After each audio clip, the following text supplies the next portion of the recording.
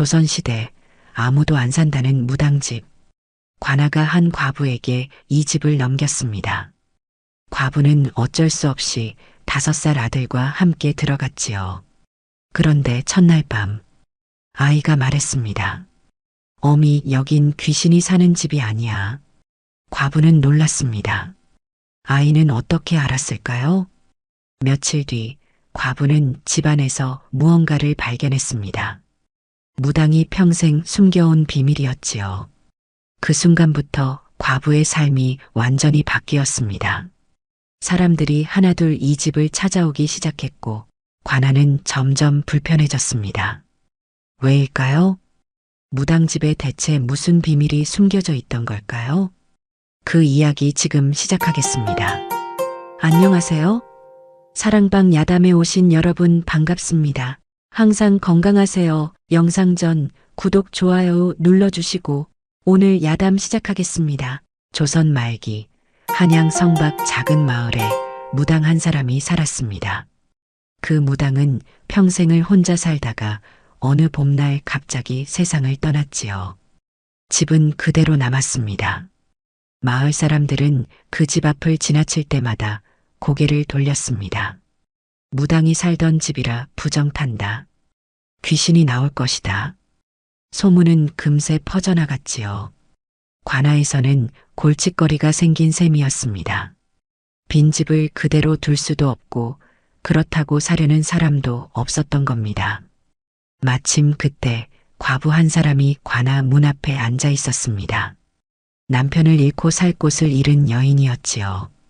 등에는 겨우 5살 된 아들을 업고 있었습니다. 관리가 그 과부를 보더니 말했습니다. 너 살 집 필요하지? 과부는 고개를 들었습니다. 예, 그렇습니다. 좋다. 무당집을 내어주겠다. 과부의 얼굴이 굳어졌지요. 그곳은 사람이 살 수 있는 곳입니까? 관리는 코웃음을 쳤습니다. 집은 집이다. 살든지 말든지 내 마음이다. 하지만 싫으면 나가라. 관아 문전에 앉아 있을 생각 말고 선택은 하나뿐이었던 겁니다. 들어가든지 아이를 데리고 길바닥에 나앉든지. 과부는 떨리는 손으로 집 열쇠를 받았습니다. 그날 저녁 과부는 아들의 손을 꼭 잡고 무당집 앞에 섰습니다. 문은 낡았고 담장은 무너져 있었지요. 마당에는 잡초가 무릎까지 자라 있었습니다. 과부가 문을 밀었습니다. 삐걱. 문이 천천히 열렸습니다. 안은 어두웠습니다. 아들이 어미 치마를 꼭 쥐었지요. 어미, 무섭지 않아? 과부는 아들의 머리를 쓰다듬었습니다. 괜찮다. 우리 집이 생긴 거야. 하지만 과부 자신도 떨리는 건 마찬가지였습니다. 그렇게 모자는 무당집 문을 넘어섰습니다. 아무도 살겠다고 하지 않던 그 집에 말이지요. 과부는 그날 밤 한숨도 자지 못했습니다. 아들은 어미 품에 안겨 깊이 잠들었지만 과부의 눈은 뜨겁게 떠 있었지요. 바람이 불 때마다 문이 삐걱거렸습니다. 처마 끝에서는 무언가 달그락거리는 소리가 났습니다. 이곳에서 정말 살 수 있을까? 과부는 생각했습니다. 하지만 돌아갈 곳은 없었지요. 이튿날 아침 과부는 관아로 다시 찾아갔습니다. 죄송하오나 다른 집을 주실 수는 없겠습니까? 관리는 눈을 치켜떴습니다. 다른 집? 과부 주제에 집을 고르겠다는 게냐? 그곳은 너무 낡았습니다. 아이가 다칠 수도. 말을 끝맺기도 전에 관리가 손을 내저었습니다. 듣기 싫다. 싫으면 나가라. 과부가 다시 입을 열려 하자 관리의 목소리가 낮아졌습니다. 과부가 문제를 만들면 아이부터 데려가겠다. 과부의 얼굴이 하얗게 질렸지요. 무슨 말씀이십니까? 아이를 키울 능력도 없는 주제에 집까지 가리니 아이를 관에서 맡아야 하지 않겠느냐? 관리는 비웃듯 말했습니다. 아이는 관에서 키우고 너는 일할 곳을 찾아라. 그게 순리다. 과부는 입술을 깨물었습니다. 관리의 말은 협박이었던 겁니다. 순리가 아니라 강요였지요. 과부는 아무 말도 하지 못하고 관할을 나왔습니다. 발걸음은 무거웠습니다. 마을 어귀를 지날 때마다 사람들의 수군거림이 들렸지요. 과부는 귀를 막고 싶었습니다. 하지만 막을 수도 없었습니다. 그날 저녁 과부는 다시 무당집 문 앞에 섰습니다. 아들이 물었습니다. 어미, 우리 다른 데 안 가? 과부는 시선을 내렸습니다. 안 간다. 여기가 우리 집이야. 하지만 사람들이 신경 쓰지 마라. 과부는 아들을 안아 올렸습니다. 그리고 문을 열었습니다. 이번에는 망설이지 않았지요. 선택지는 없었던 겁니다. 이곳에서 살든지 아이를 빼앗기든지. 과부는 문을 닫았습니다. 그날 밤부터 과부는 달라졌습니다. 무서워하지 않기로 했던 겁니다. 아니, 무서워할 여유가 없었다는 게 맞겠지요. 과부는 그날 밤도 잠을 이루지 못했습니다. 방 안은 어두웠고 밖에서는 이상한 소리가 들렸지요. 바람 소리인지 무엇인가 움직이는 소리인지 알 수 없었습니다. 과부는 아들을 꼭 안고 누워 있었습니다. 제발 아무 일도 없기를. 과부는 속으로 빌었지요. 그런데 이상한 일이었습니다. 아들은 전혀 무서워하지 않았던 겁니다. 오히려 첫날보다 더 깊이 잠들어 있었지요. 숨소리도 고르고 얼굴도 편안했습니다. 과부는 아들의 얼굴을 가만히 들여다보았습니다. 왜 이렇게 편히 자는 거지? 무당집이라고 해서 밤새 울거나 보챌 줄 알았는데 아들은 오히려 집에서보다 더 잘 잤습니다. 이튿날 아침이 되었습니다. 아들이 눈을 뜨더니 말했습니다. 어미, 어젯밤 꿈 꿨어. 무슨 꿈? 할머니가 나왔어. 과부의 가슴이 철렁했습니다. 할머니? 응. 하얀 옷 입은 할머니. 과부는 아들을 끌어안았습니다. 무서웠니? 아들은 고개를 저었습니다. 아니, 할머니가 웃었어. 그리고 말했어. 뭐라고? 여긴 귀신집 아니라고. 과부는 말문이 막혔습니다. 아이의 말이 장난인지 정말 꿈을 꾼 건지 알 수 없었지요. 하지만 아들의 눈빛은 맑았습니다.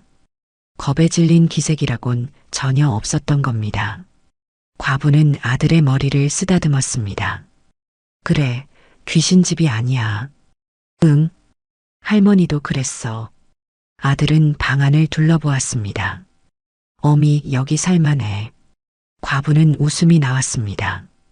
아이는 무당집을 무서워하지 않았던 겁니다. 오히려 편안해했지요. 그날부터 과부는 조금씩 집안을 정리하기 시작했습니다. 먼지를 털고 방을 쓸고 마당에 잡초를 뽑았습니다. 아들은 마당을 뛰어다니며 놀았지요. 어미, 여기 꽃 심으면 예쁘겠다. 아들의 목소리는 밝았습니다. 과부는 아들을 보며 생각했습니다. 아이가 편안하다면 이곳은 나쁜 곳이 아니겠지. 그날 저녁 과부는 처음으로 편히 잠이 들었습니다. 아들이 말한 대로 이곳은 귀신집이 아니었던 겁니다. 적어도 아이에게는 말이지요. 사흘째 되던 날 과부는 방 안구석을 정리하다가 무언가를 발견했습니다. 낡은 나무 상자였지요. 먼지가 수북이 쌓여 있었습니다. 과부는 조심스럽게 상자를 열었습니다. 안에는 부적이 가득할 줄 알았는데 그게 아니었습니다. 종이 뭉치들이 나왔지요. 과부는 그중 하나를 펼쳐보았습니다. 거기에는 사람 이름이 적혀 있었습니다. 김씨 과부 42, 남편 죽고 시댁에서 쫓겨남, 박씨 여인 30, 매 맞고 도망쳐옴, 최씨 아인 13, 부모 없이 떠돌다 찾아옴. 과부는 종이를 하나하나 읽어 내려갔습니다. 모두 억울한 사람들의 이름이었던 겁니다. 쫓겨난 사람, 버림받은 사람, 갈 곳 없는 사람들. 무당은 이들의 이름을 기록해 두었던 것이지요. 과부의 손이 떨렸습니다. 종이 아래쪽에는 무당의 글씨가 남아 있었습니다. 이곳은 귀신을 쫓는 곳이 아니라 사람을 숨겨주는 곳이었다. 과부는 그제야 깨달았습니다. 무당은 구슬하며 산 게 아니었던 겁니다. 갈 곳 없는 사람들을 받아주며 살았던 것이지요. 마을 사람들이 무당집을 두려워한 이유도 그 때문이었습니다. 귀신이 나와서가 아니라 쫓겨난 사람들이 모였기 때문이었던 겁니다. 과부는 상자를 도로 덮었습니다. 가슴이 뜨거워졌지요. 나도 저 명단에 오를 뻔했구나. 아니, 어쩌면 지금 이미 올라 있는 것이나 마찬가지였습니다. 과부는 창밖을 바라보았습니다. 마을 사람들은 여전히 이 집을 피해 다녔지요. 하지만 과부는 이제 알았습니다. 이곳은 흉가가 아니라 피난처였던 것을 말이지요. 보름쯤 지났을 때 이상한 일이 벌어졌습니다. 과부의 집에 사람들이 찾아오기 시작한 겁니다. 첫 번째는 허리 굽은 노파였습니다. 여기 예전에 무당이 살던 곳 맞소? 과부는 고개를 끄덕였습니다. 예, 그렇습니다. 그럼 하룻밤만 묵어가도 되겠소? 갈 곳이 없어서. 과부는 망설였습니다. 하지만 노파의 눈빛을 보니 거절할 수가 없었지요. 들어오십시오. 그날 밤 노파는 마루에서 잠을 잤습니다. 이튿날 아침 노파는 허리를 굽혀 인사했습니다. 고맙소. 덕분에 편히 잤소. 노파가 떠난 뒤에도 사람들은 하나둘 찾아왔습니다. 얼굴에 멍이 든 여인, 다리를 절며 걷는 노인, 아이를 업은 젊은 어미. 모두 갈 곳 없는 사람들이었지요. 소문은 금세 퍼졌습니다. 무당집에 과부가 산다더라. 그 집에 가면 하룻밤 재워준다더라. 관아에서도 소문을 들었습니다. 관리가 다시 과부의 집을 찾아왔지요. 여기서 뭐 하는 거냐? 과부는 담담하게 대답했습니다. 사람들이 찾아와서 재워주고 있습니다. 누가 그러라고 했느냐? 아무도 그러라고 하지 않았습니다. 관리는 인상을 찌푸렸습니다. 이 집은 내게 준 집이다. 여관이 아니야. 알고 있습니다. 그럼 사람을 들이지 마라. 과부는 시선을 떨구었지만 대답하지 않았습니다. 관리는 경고하듯 말했습니다. 이 집 사람 모이는 곳 아니다. 알아들었느냐? 예. 관리가 돌아간 뒤에도 사람들은 계속 찾아왔습니다. 과부는 문을 닫을 수가 없었던 겁니다. 자신도 얼마 전까지 저들과 같은 처지였으니까요. 사흘 뒤 관리가 다시 찾아왔습니다. 이번에는 혼자가 아니었지요. 2명의 관속을 데리고 왔습니다. 아직도 사람을 들이고 있구나. 과부는 아무 말도 하지 못했습니다. 마당에는 어제 온 노인이 앉아 쉬고 있었고 방 안에는 아이를 업은 여인이 있었던 겁니다. 관리가 큰 소리로 말했습니다. 다들 나가라. 여기는 흉가다. 사람들은 움찔했지만 쉽게 일어나지 못했습니다.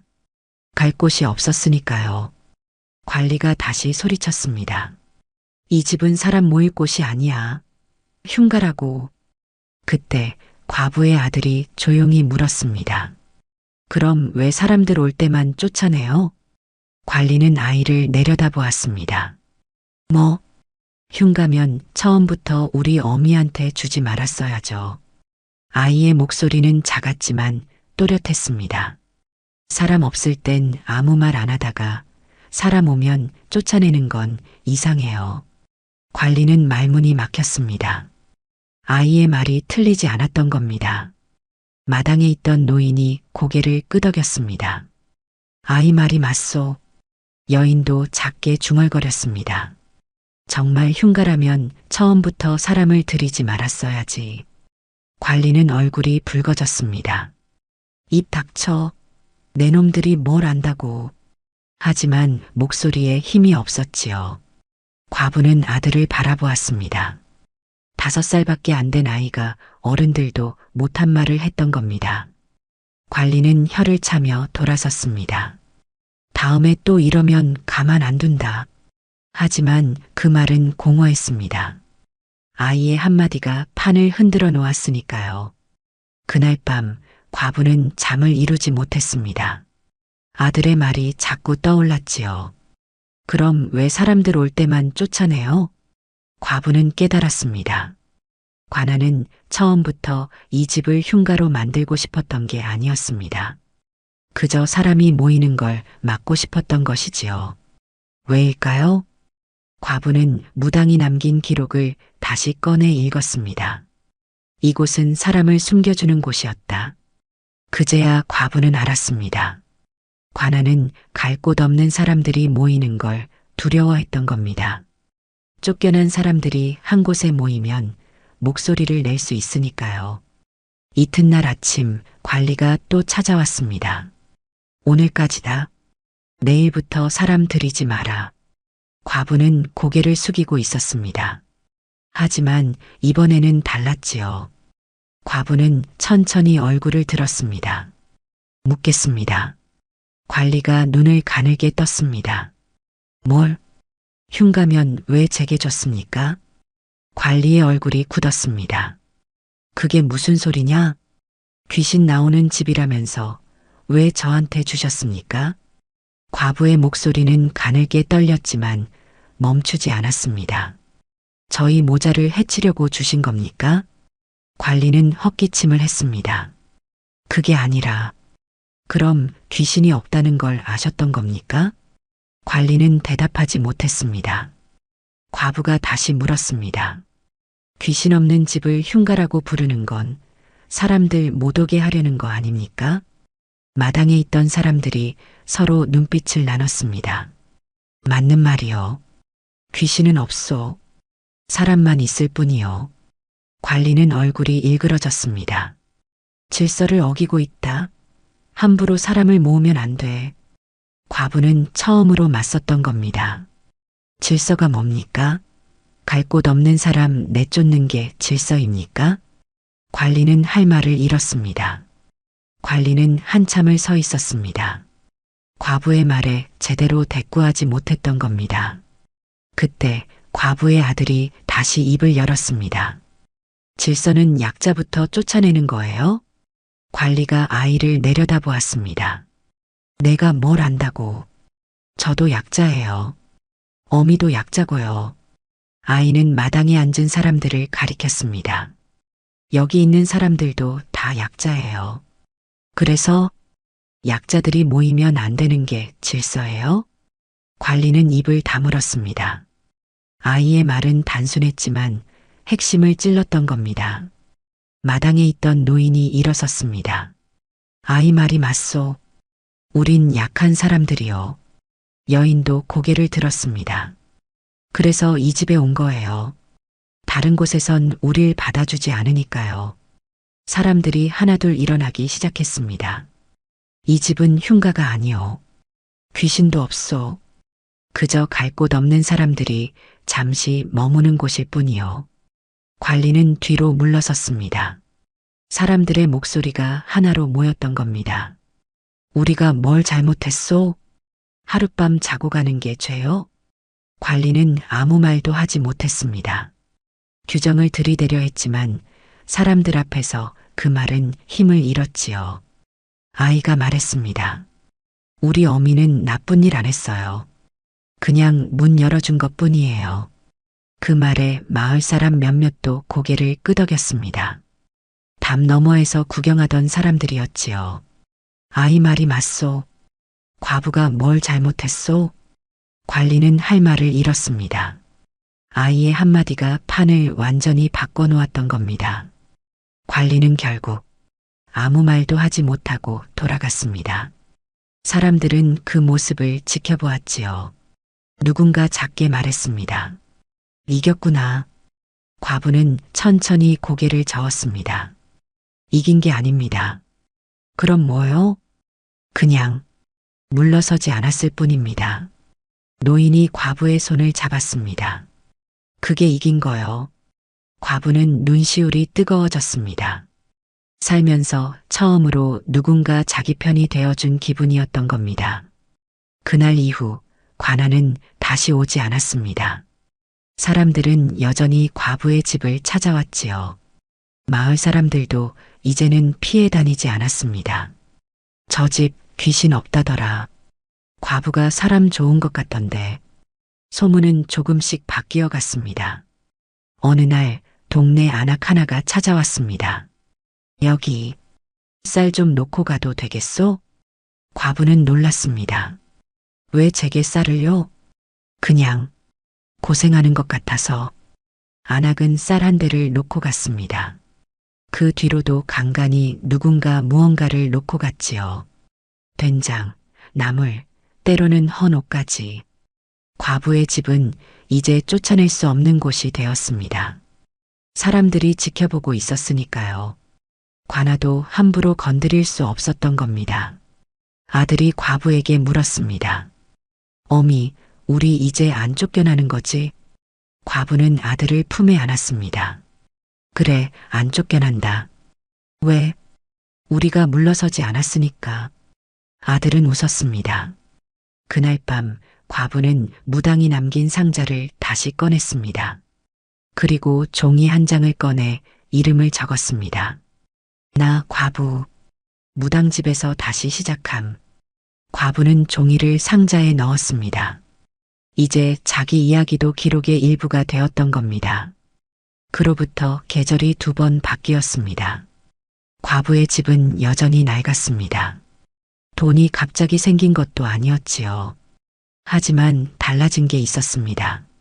과부는 더 이상 쫓겨나는 사람이 아니었던 겁니다. 사람들은 이제 그 집을 무당집이라 부르지 않았습니다. 과부네 집이라고 불렀지요. 어느 봄날 아들이 마당에서 놀다가 물었습니다. 어미, 우리 인생 역전한 거야? 과부는 웃음이 나왔습니다. 역전? 우린 부자도 아닌데? 그럼 뭐가 달라진 거야? 과부는 아들의 머리를 쓰다듬었습니다. 우린 쫓겨나지 않게 됐지.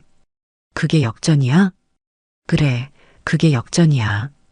과부는 하늘을 올려다보았습니다. 인생 역전이란 거창한 게 아니었습니다. 부자가 되는 것도 높은 자리에 오르는 것도 아니었지요. 다만 더 이상 구석으로 밀려나지 않는 것, 누군가 쫓아내려 할 때 물러서지 않는 것, 그게 과부에게는 역전이었던 겁니다. 아들이 말했습니다. 어미, 우린 진 거 아니야. 그럼 이긴 거야. 과부는 아들을 꼭 안아주었습니다. 아이의 말이 맞았습니다. 관아와 싸워서 이긴 게 아니라 자기 자리를 지켜낸 것이지요. 그날 저녁 과부는 문 앞에 섰습니다. 마을은 조용했고 석양이 지고 있었습니다. 과부는 무당집을 돌아보았습니다. 아니, 이제는 과부네 집이었지요. 이곳에서 무당은 사람들을 숨겨주었습니다. 이제 과부도 그 일을 이어가고 있었던 겁니다.